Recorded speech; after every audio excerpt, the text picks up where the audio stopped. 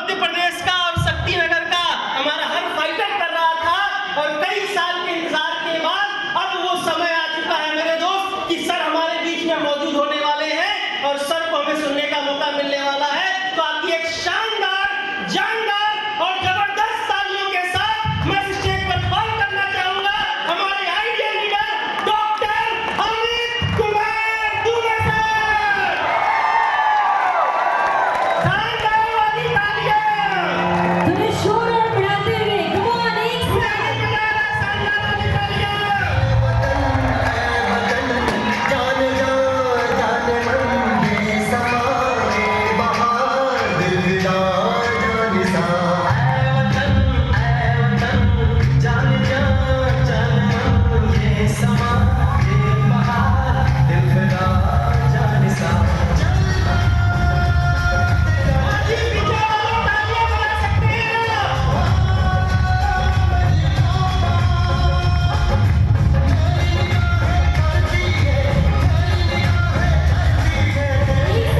हुए मोबाइल को थोड़ा उठाते हुए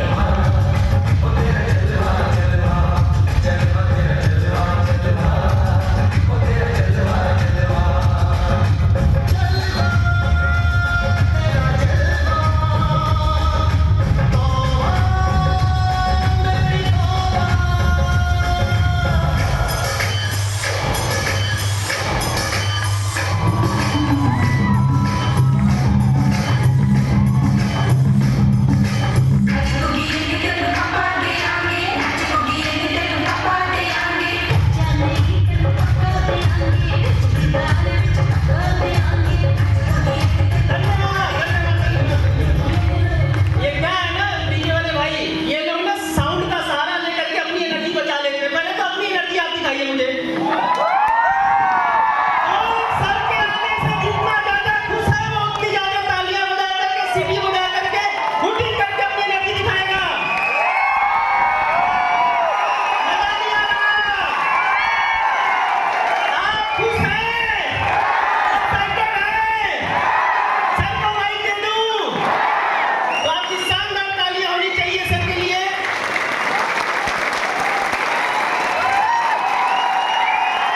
धन्यवाद। और सर को इस स्टेज पर बुला करके आपके बिहाफ पर मैं एक बात सर के सम्मान में जरूर कहना चाहूंगा, क्योंकि ये मैं बड़ा खुश हूं, क्योंकि मुझे भी नहीं भरोसा था कि सर यहाँ पर आएंगे कभी। लेकिन दोस्तों आज मैं इस बात पे एक बात कहना चाहूंगा कि खरीद सकता उसको तो शायद अपने आप को बेच के खरीद लाता। खरीद सकता उसको तो शायद अपने आप को बेच के भी खरीद लाता, लेकिन अफसोस कुछ लम्हे कीमत से नहीं किस्मत से मिला करते हैं।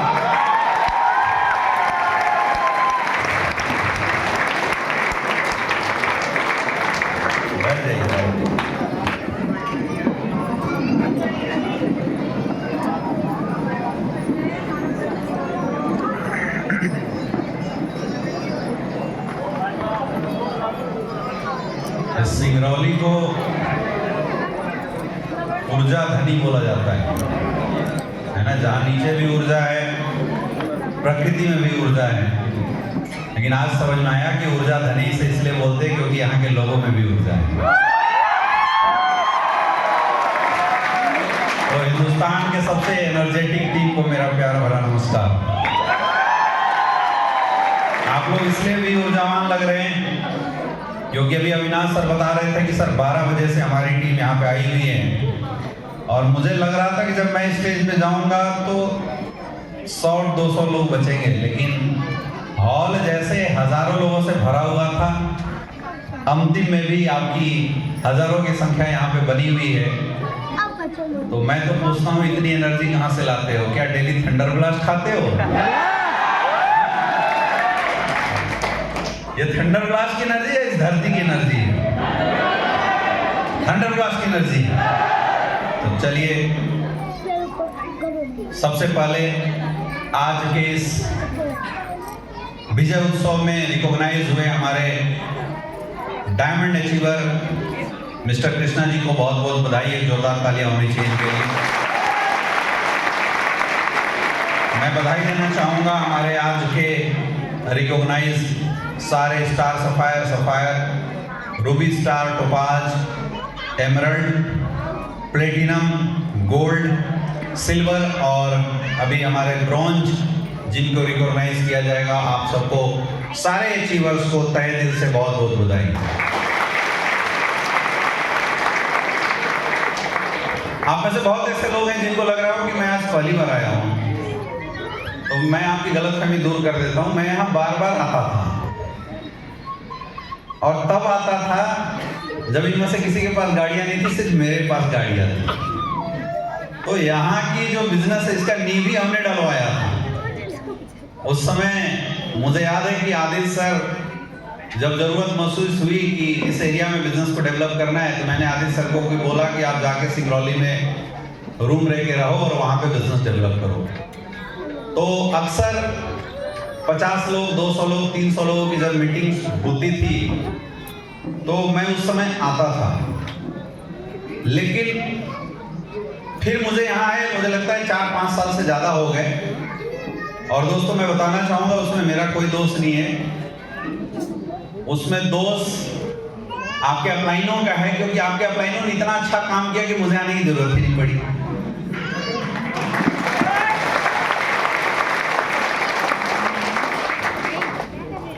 क्योंकि यहाँ आना, अब वाराणसी में थे तो आप ही जाते थे, जब कोविड के बाद हम दिल्ली चले गए तो दिल्ली से यहाँ आना मतलब बहुत बड़ा रिस्क उठाना पड़ता है।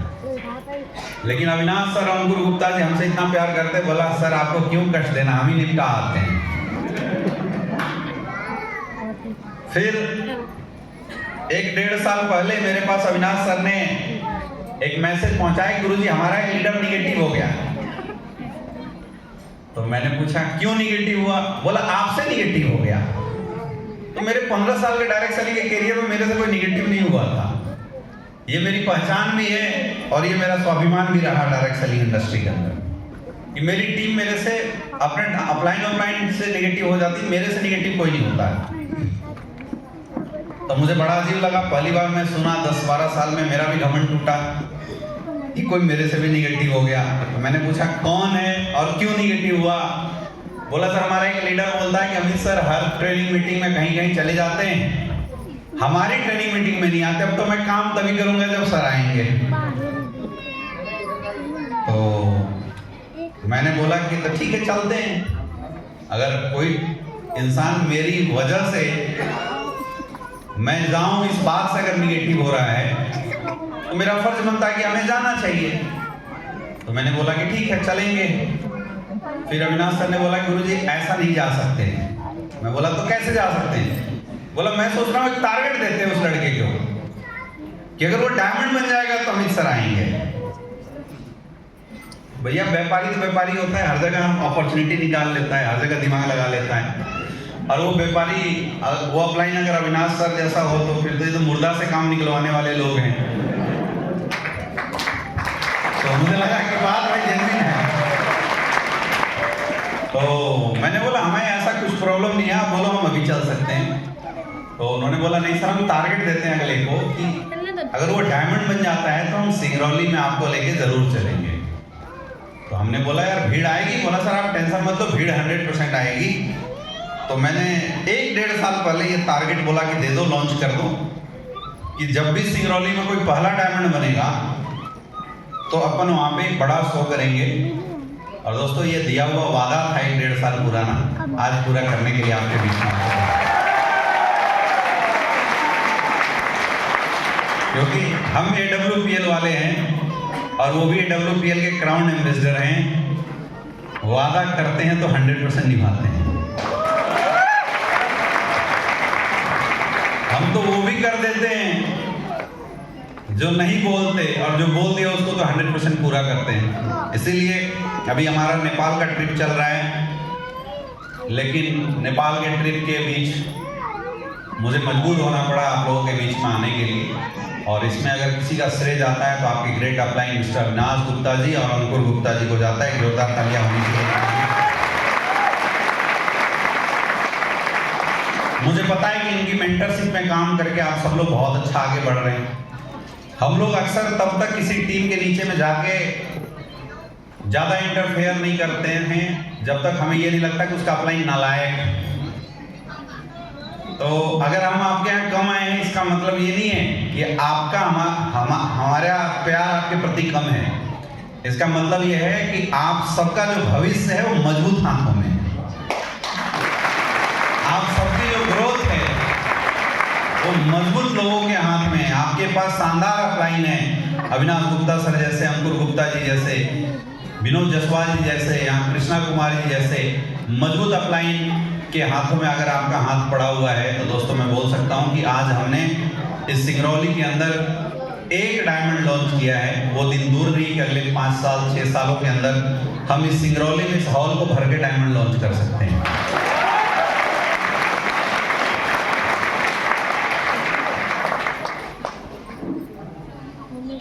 एसलीपीएस वेलनेस का सफर सिंगरौली का लगभग हम लोग की शुरुआत के 2-3 साल 4 साल बाद ही शुरू हुआ था।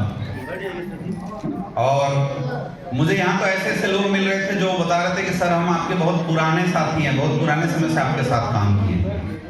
हाँ, कुछ मजबूरी रही कि हम थोड़े भटक गए या उस टाइम का डिवोशन नहीं देख पाए। तो मुझे एक चीज़ तो समझ में आया कि यहाँ जो ग्रुप बैठी है, ये ग्रुप के लोग दोनों टाइप के हैं। यहाँ नए लोग भी बैठे हुए हैं और पुराने लोग भी बैठे हुए हैं। मेरा सवाल है, ऐसे कितने लोग हैं जो पहली बार आए हैं, जिन्होंने अभी तक प्लान वगैरह कुछ भी नहीं देखा, फर्स्ट टाइम AWPL के किसी मीटिंग में है? ओके, बहुत सारे लोग हैं। तो मैं चाहता हूं कि हमारे नए गेस्ट के लिए जोरदार तालियों के साथ स्वागत करें। और ऐसे कितने लोग हैं जो पहली बार मेरे से मिल रहे हैं? क्या बात कर रहे हो? इससे पहले मुझे कहीं नहीं देखा, नहीं देखा, मोबाइल में देखे थे, फिजिकली आप पहली बार मिल रहे हो। ओके, तब तो जरूरी है आपसे थोड़ी अच्छे से बातचीत करना, क्योंकि समय हो चुका है। मुझे पता है आप सबको घर भी जाना होगा, हमें भी बहुत दूर जाना है, हमें भी दिल्ली जाना है आज। दोस्तों, मैं भी आपके जैसा हूँ, जैसा आप लोग हैं। मेरा नाम अमित दुबे और मैं आपके बिल्कुल बगल के झारखंड के डिस्ट्रिक्ट पलामू से बिल्कुल आपका पड़ोसी हूँ। इसीलिए हमारी जो भाषा है और आपकी भाषा लगभग मिलती जुलती है। तुम्हारे जितने आड़े तिरछे चाल चलन है वो सब हमें समझ में आता है, क्योंकि पड़ोसी है ना। तो आप क्या क्या करते हो, क्या क्या कर सकते हो, क्या नहीं कर सकते, हमें सब पता है। और डायरेक्ट सेलिंग इंडस्ट्री की शुरुआत, या यूं बोले कि डायरेक्ट सेलिंग इंडस्ट्री को जीते हुए मुझे लगभग 15 साल हो गए। बहुत सारे लोग यहाँ पैसे की बात करते हैं कि हमने ये कमाया, मैंने ये अचीव किया। मैं सच बताऊं, जब मैं इस इंडस्ट्री के अंदर आया था तो मुझे पैसे ने कोई बहुत ज्यादा मोटिवेट नहीं किया था इस इंडस्ट्री में काम करने के लिए, क्योंकि मैं बचपन से ही करियर ओरिएंटेड स्टूडेंट रहा हूं। और मैंने गरीब परिवार में होने के बावजूद भी सामने क्या अपॉर्चुनिटी है, उससे मुझे कैसे बेनिफिट निकाल लेना है, इसको हमने सीख लिया था। और मुझे बचपन में माँ बाप ने बताया था कि बेटा पढ़ो लिखो, अगर अच्छे से पढ़ाई लिखाई कर जाते हो तो फिर इस संसार में तुम्हारी बहुत बड़ी जगह होगी, इज्जत मान सम्मान पैसा सब कुछ मिलेगा। और अगर पढ़ाई नहीं हो सकती तो फिर गरीबी से निकलने का कोई रास्ता नहीं है। तो ये बात मुझे बहुत बचपन से ही समझ में आ गया था कि एक मिडिल क्लास में पैदा होने के बाद हमारे पास अगर वहां से निकलने की कोई सबसे बड़ी ताकत है तो एजुकेशन है। तो मैंने एजुकेशन पे बहुत अच्छे से फोकस किया था और मैं काफ़ी कॉम्पिटिटिव स्टूडेंट रहा था अपने लाइफ में। मैं बिल्कुल नहीं बोलूँगा कि मैं फेल होता था ऐसे वैसे, मैं टॉपर स्टूडेंट था अपने स्कूल का, अपने कॉलेज का। मैंने जहाँ भी एजुकेशन करी उस कॉलेज के अंदर हर प्रोफेसर मुझे जानते थे, हर स्टूडेंट मुझे जानते थे, मेरी परफॉर्मेंस इतनी अच्छी रही थी। और पढ़ाई लिखाई के बाद मेरा टारगेट था कि मुझे डॉक्टर बनना है और उसकी मैंने तैयारी करी थी। और संयोग से जो मेडिकल एग्जाम होती है उसको मैंने क्रैक भी किया था। मेरी कैरियर बहुत अच्छी थी, बिल्कुल मुझे साफ दिखाई दे रहा था। लेकिन इन बिटवीन बोला जाता है कि परमात्मा आपसे अगर कुछ करवाना चाहता है तो आप क्या बनना चाहते हो उससे फर्क नहीं बनता, आपको खींच के वो कहीं और ले आता है। महात्मा गांधी जी टॉप क्लास के बैरिस्टर थे, वकील थे और प्रैक्टिस करते थे साउथ इंडिया में। है ना, एक छोटी सी घटना कि उनको ट्रेन से खींच के कोई बाहर निकाल दिया अंग्रेजों ने, ये दिल में लग गई। अगर वो चाहते तो बैरिस्ट्री करके इंडिया में आके भी प्रैक्टिस करके अंग्रेजों के बीच में सर्वोच्च स्थान पे जिंदगी जी सकते, लेकिन परमात्मा ने उन्हें चुना था धोती पहनकर डंडा उठा के इस देश को आजाद करने के लिए। तो वो काम छोड़ के हिंदुस्तान आ गए और अंग्रेजों के खिलाफ लड़ाइयां लड़ी, इस देश को आजाद किया और उस आजाद देश के अंदर हम सब सांसें ले रहे हैं। तो जब ऊपर वाला को आपसे कुछ बहुत बड़ा काम करवाना होता है तो आप क्या सोचते हो, आप क्या करते हो, आपका क्या टारगेट है, वो सब कुछ साइड हो जाता है। और मेरे लाइफ में भी ऐसे ही कुछ हुआ। डायरेक्ट सेलिंग इंडस्ट्री मेरी लाइफ में आता है और मजे मजे के लिए हमने इस इंडस्ट्री को ज्वाइन किया था कि पढ़ाई लिखाई के बाद पार्ट टाइम में 2 रुपए कमाएंगे और अपन मूवी देखेंगे, मजे लेंगे। लेकिन जब इस इंडस्ट्री के अंदर आया, काम करना शुरू किया तो इस इंडस्ट्री की मुझे ब्यूटी समझ में आने लगी। और सबसे बड़ी ब्यूटी जो इस इंडस्ट्री में मुझे टच किया, पैसे ने कभी नहीं टच किया था क्योंकि पैसा मैं अपनी करियर में बहुत कमाता। सबसे बड़ी ब्यूटी इस इंडस्ट्री की मुझे ये लगी कि ये इकलौता प्लेटफॉर्म मुझे ऐसा समझ में आ रहा था जहां पे मैं अपने माध्यम से हजारों गरीब परिवारों की जिंदगी में बदलाव कर सकता हूं। क्योंकि मेरे दोस्त, इस दुनिया के अंदर अमीरों के लिए लाख ऑप्शन, अमीरों के बच्चों के लिए हजारों ऑप्शन है, हजारों अपॉर्चुनिटी।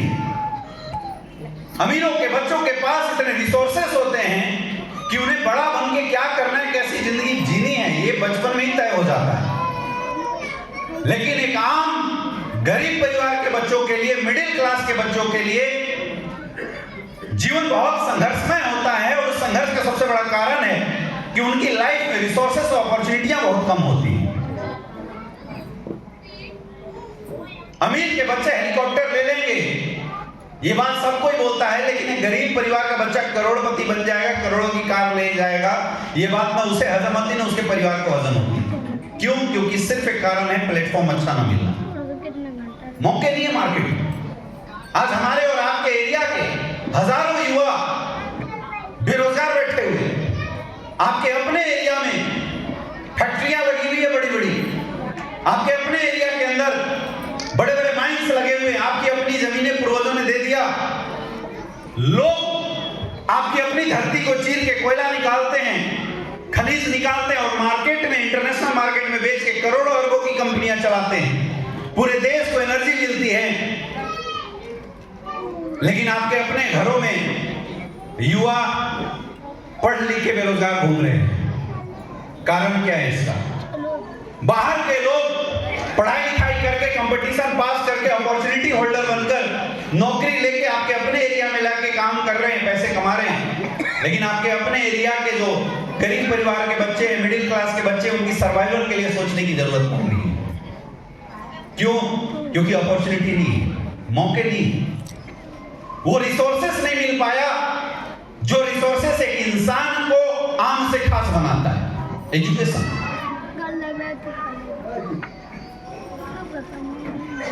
तो डायरेक्ट सेलिंग इंडस्ट्री एक ऐसी इंडस्ट्री है जिस इंडस्ट्री के माध्यम से हम लोग एक आम परिवार के बच्चे को, एक गरीब परिवार के बच्चे को, एक नॉर्मल इंसान को सिखा के, एजुकेट करके खास बनने का मौका देते हैं, करोड़ों रुपए कमाने का मौका देते हैं।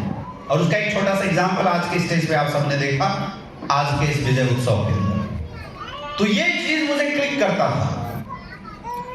लेकिन इस इंडस्ट्री में सबसे बड़ी कमी जो थी, वो कमी थी एजुकेशन की। इसलिए हिंदुस्तान के अंदर यह इंडस्ट्री 1995-1996 से चल रहा था, लेकिन हर एरिया में लोगों को सिर्फ बेवकूफ बनाया गया था, लोगों को सिर्फ इस्तेमाल किया गया था। हालत तो ऐसी थी कि लोग इस इंडस्ट्री के नाम से डरने लगे। अपॉर्चुनिटी की कमी है, इस इंडस्ट्री में ताकत है, फिर भी लोग इस इंडस्ट्री से भाग रहे थे, क्योंकि दूध का जला मट्ठा भी फूंक फूंक के पीता है। कारण क्लियर मेंटरशिप ना होना, कारण अच्छी एजुकेशन ना होना। तो मुझे ये समझ में आया कि ये जो गैप है इस इंडस्ट्री का, उस गैप को मैं फुलफिल करता हूं और इस इंडस्ट्री की ताकत बनता हूं। हमारे पास 2 ऑप्शन थे। एक, मैं भी आम लोगों के जैसा इस इंडस्ट्री की बुराई करता और जो इंसान मेरे सामने इस इंडस्ट्री का प्रोडक्ट प्लान लेके आया था उसको लताड़ता और अपने करियर पे फोकस कर जाता, लेकिन दूसरा मुझे लगा कि इस इंडस्ट्री के माध्यम से मैं हजारों लोगों के जीवन में बदलाव करने का एक स्रोत बन सकता हूं, इसलिए मैंने निर्णय लिया कि मैं डायरेक्ट सेलिंग इंडस्ट्री के अंदर करियर बनाऊंगा। सोच सिर्फ ये नहीं थी कि खुद की करियर बनाएंगे, खुद को पैसे कमाएंगे, बल्कि सोच ये थी कि अपने साथ साथ हजारों लोगों के जीवन में बदलाव करेंगे। और फिर हम लोगों ने एक क्रांति के साथ इस बिजनेस की शुरुआत किया। तलाश थी एक अच्छे प्लेटफॉर्म की, जो प्लेटफॉर्म डायरेक्ट सेलिंग इंडस्ट्री में हमें और हमारे लोगों को एक अच्छी करियर दे पाने में सक्षम हो सकती थी। और वो तलाश पूरा हुआ सन 2016, 27 मई सन 2016 को, जब हमारे जीवन में एसलीपीएस वेलनेस का दामन हमने थामा। एसलीपीएस वेलनेस हमारी जिंदगी के अंदर आया।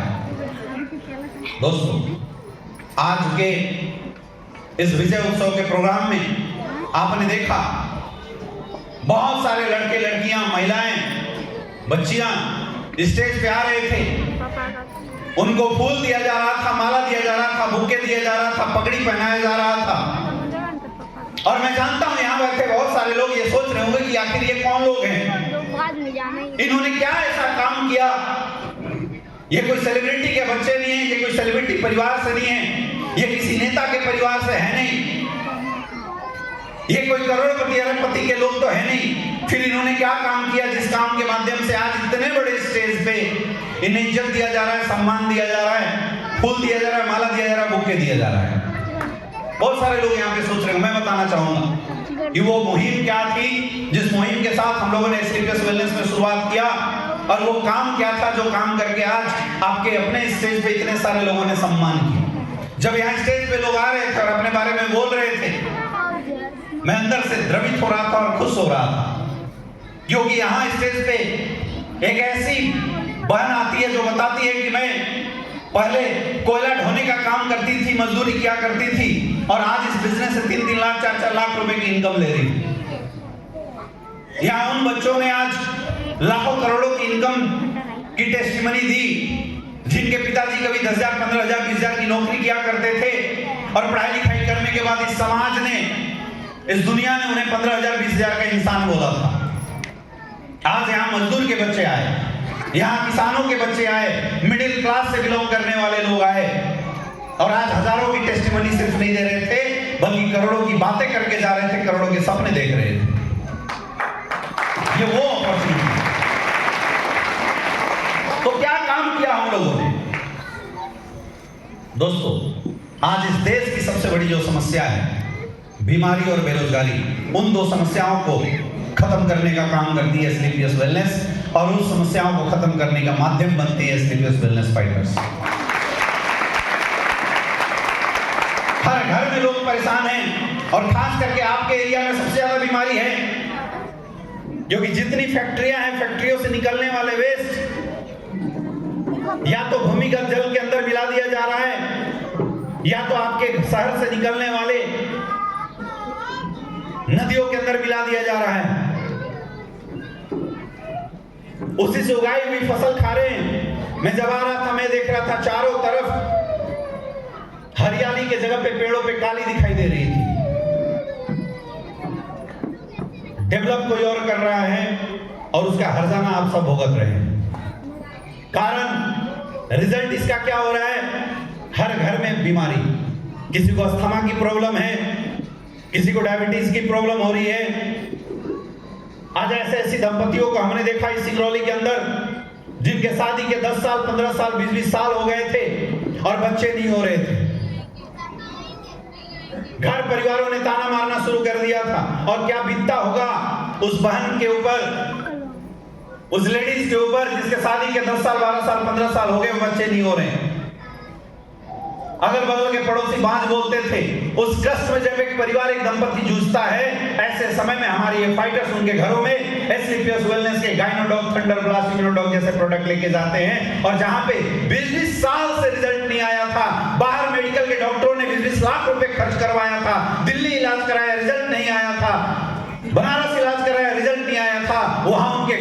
सर्टिफाइड फाइटर जाते हैं और गाइनोडॉग थंडर ब्लास्ट यूनिडॉग दे के आते हैं और 3-3 महीने के अंदर रिजल्ट आता है। आया ना? अरे रिजल्ट आया नहीं आया? ये काम किया है आप लोगों ने। सोच के देखो, गर्व महसूस होना चाहिए आपको। आज खाने पीने में इतनी मिलावटें हैं, आप डेली समोसा खाते हो, कचौड़ी खाते हो, पूड़ी खाते हो, दालमोट खाते हो, मिक्सचर खाते हो, बिस्किट खाते हो, इन सारी चीजों में पाम ऑयल डाल के लोग लालच के चक्कर में आपको खिला रहे हैं, क्योंकि यहाँ ना कोई फूड इंस्पेक्टर बैठा है चेक करने के लिए, और नहीं आपके पास इतनी नॉलेज है कि आप पता लगा सको कि क्या खाना सही है, क्या खाना गलत है। कारण गांव-गांव में लोगों को हार्ट अटैक आ रहे हैं। एक इंसान 40 साल 45 साल की उम्र में हार्ट की प्रॉब्लम से परेशान हो रहा है, रात को अटैक आया, हॉस्पिटल लेके भर्ती हुआ, डॉक्टर बोलता है जी यहाँ इलाज नहीं होगा, उठा के वाराणसी ले गए, वहां डॉक्टर बोलता है जी हार्ट ब्लॉकेज है, 3-3 स्टंट लगेगा। ये हालत हो चुकी है हमारे समाज की। अब जो अमीर है बेचारा, जिसके पास पैसे हैं, डॉक्टर ने डिमांड किया 4 लाख 5 लाख रुपए खर्च करने पड़ेंगे, वो मजबूरी बस 5 लाख रुपए देता है और अपनी हार्ट में 3-3 स्टंट लगा के जीवन भर के लिए ब्लड थिनर की गोली खाने के लिए मजबूर हो जाता है। और जो गरीब है, जिसके पास पैसे नहीं है, वो उस डर के साथ जीना एक्सेप्ट कर लेता है कि कब मरूंगा कुछ पता नहीं। ऐसे डर सदमे गरीबों के घरों में, इस सिंगरौली के घर घर में हमारे ये फाइटर्स कार्डियोडॉग और क्लोरोडॉग जैसे प्रोडक्ट लेके जाते हैं, और जहां पे डॉक्टरों ने डरा दिया था कि 10 दिन के अंदर मरने वाला है, पैसा नहीं है, बंदा डर के जी रहा था, ऐसे घरों में हमारे कार्डियोडॉग क्लोरोडॉग तुलसी जैसे प्रोडक्ट गए हैं और 90% तक की हार्ट ब्लॉकेज को रिवर्स करने का काम किया है हमने आयुर्वेद के माध्यम से। ऐसे रिजल्ट है नहीं है? सोच के देखो, ये काम करते हो आप, ये काम कर रहे हैं आप इस समाज में। जब किसी परिवार में कोई बच्चा जन्म लेता है, माँ बाप खुश हो जाते हैं, और हर माँ बाप की एक इच्छा होती है कि उसका बेटा या बेटी 1 साल 1.5 साल 2 साल की हो तो मम्मी और पापा बोले। हर इंसान ये 2 कोमल शब्द सुनने के लिए परेशान होता है। माँ का कान तरसता है कि उसके बच्चे मम्मी और पापा बोले, लेकिन इतना ज्यादा पॉल्यूशन आपके एरिया में फैला हुआ है कि बच्चे का सर्वांगीण विकास नहीं हो पाता, और पता चलता है कि बच्चा 4 साल का हो गया, न बोल रहा है न सुन रहा है। ऐसी हालत देखा है मैंने। चल नहीं पा रहे बच्चे, गूंगे और बहरे बच्चे पैदा हो रहे हैं। अब वो माँ बाप दोबारा अपनी धन संपत्ति खर्च करने लगते हैं और डॉक्टरों के यहाँ दौड़ने लग जाते हैं, क्योंकि एक माँ बाप के अंदर डर होता है कि मेरा बच्चा बोलेगा नहीं, सुनेगा नहीं, हमारे बाद इसका क्या होगा, ये अच्छी जिंदगी जिएगा कैसे। और उस बच्चे को अच्छी जिंदगी दिलाने के लिए, उसका हक दिलाने के लिए माँ बाप अपनी जमा पूंजी को खर्च करता है और हॉस्पिटलों के अंदर दौड़ना शुरू करता है। लेकिन ऐसा देखा गया कि 5-5 लाख 10-10 लाख रुपए खर्च करने के बाद भी बाहर लोगों के रिजल्ट नहीं आए, और ऐसे हताश निराश घरों में आप लोग किड डॉग और ब्रेन डॉग जैसे शानदार एससीपीएस वेलनेस के आयुर्वेदिक प्रोडक्ट लेके जाते हो, और जिन घरों में बच्चे 10-10 साल की उम्र में गूंगे और बहरे थे, डॉक्टरों ने मेडिकल सर्टिफिकेट दे दिया था, उन घरों के बच्चे भी 3 से 4 महीना हमारा प्रोडक्ट इस्तेमाल करने के बाद बोल भी रहे हैं, सुन भी रहे हैं और दौड़ भी रहे हैं। ऐसे रिजल्ट है नहीं है? तो सोच के देखो आपने कितना अच्छा काम किया है, और सोच के देखो आप किस मुहिम में चल रहे हो हमारे साथ, और सोच के देखो कि जो आपका अपलाइन हो क्या काम करने के लिए आपको बोल रहा है। सोच के देखो, आज जब एक 40 साल 50 साल की बुजुर्ग, 60 साल 70 साल के बुजुर्गों को मैंने देखा इस सिंगरौली के अंदर, उम्र ढल गई और घुटने में दर्द शुरू हो गया, और आपके यहाँ तो होना ही होना है, 100% होना है।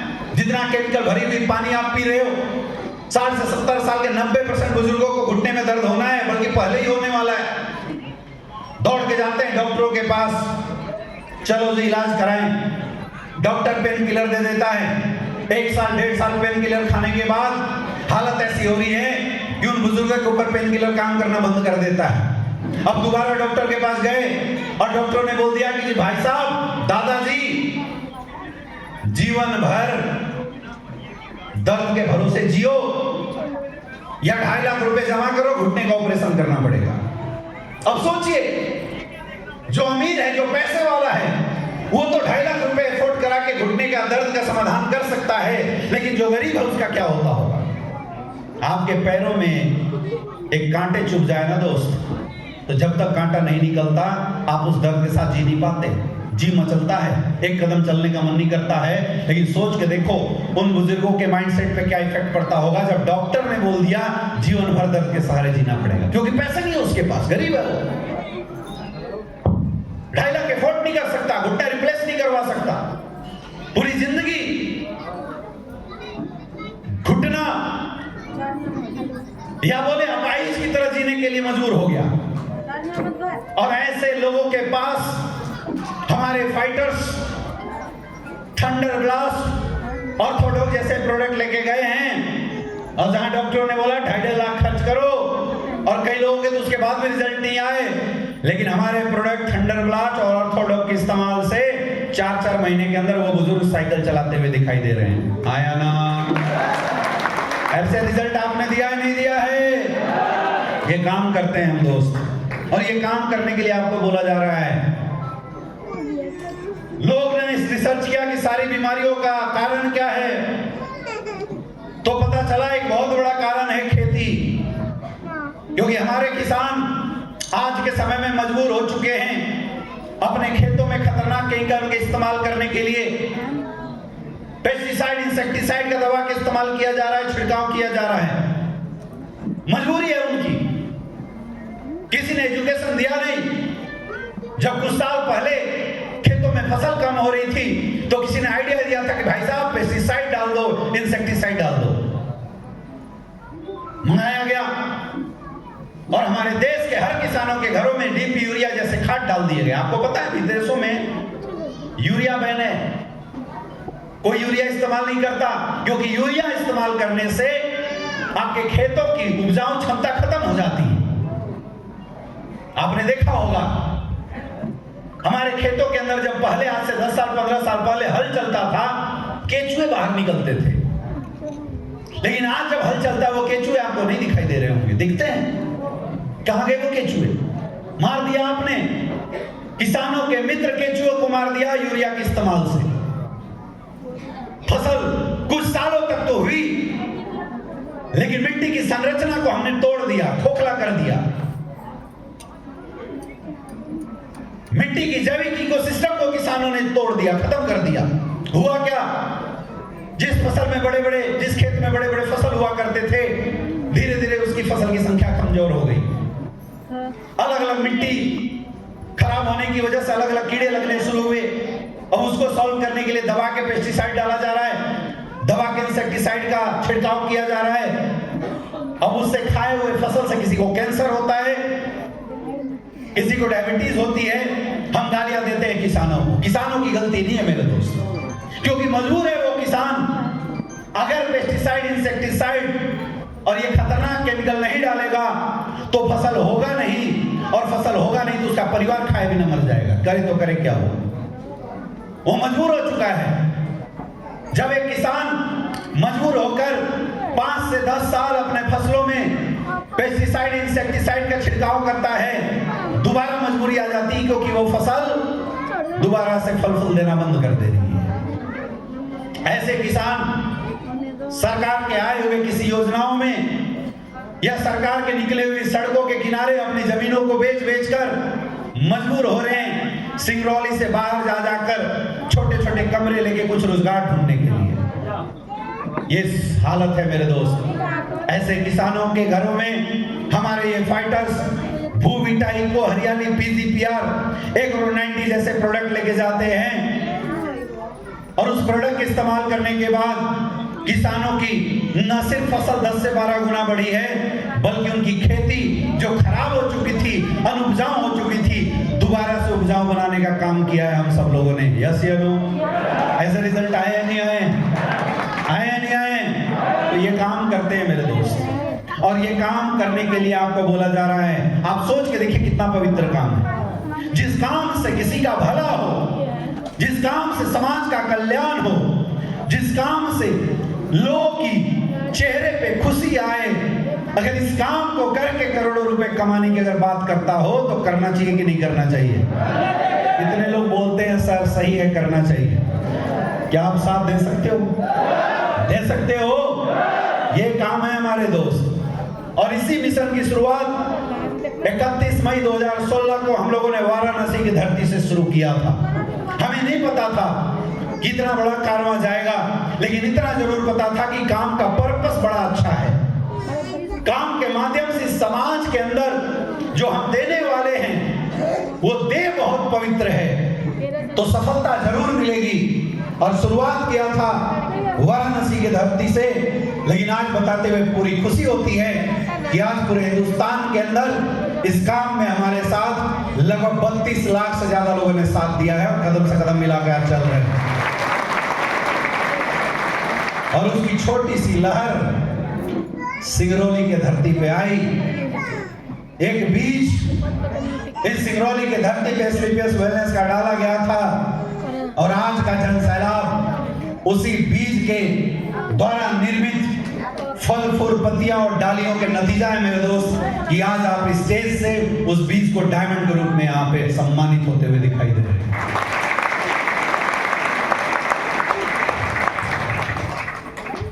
दूसरा चीज जो इस संस्था के माध्यम से हम लोगों ने किया वो काम था आम लोगों को अपॉर्चुनिटी देना, आम लोगों को मौके देना।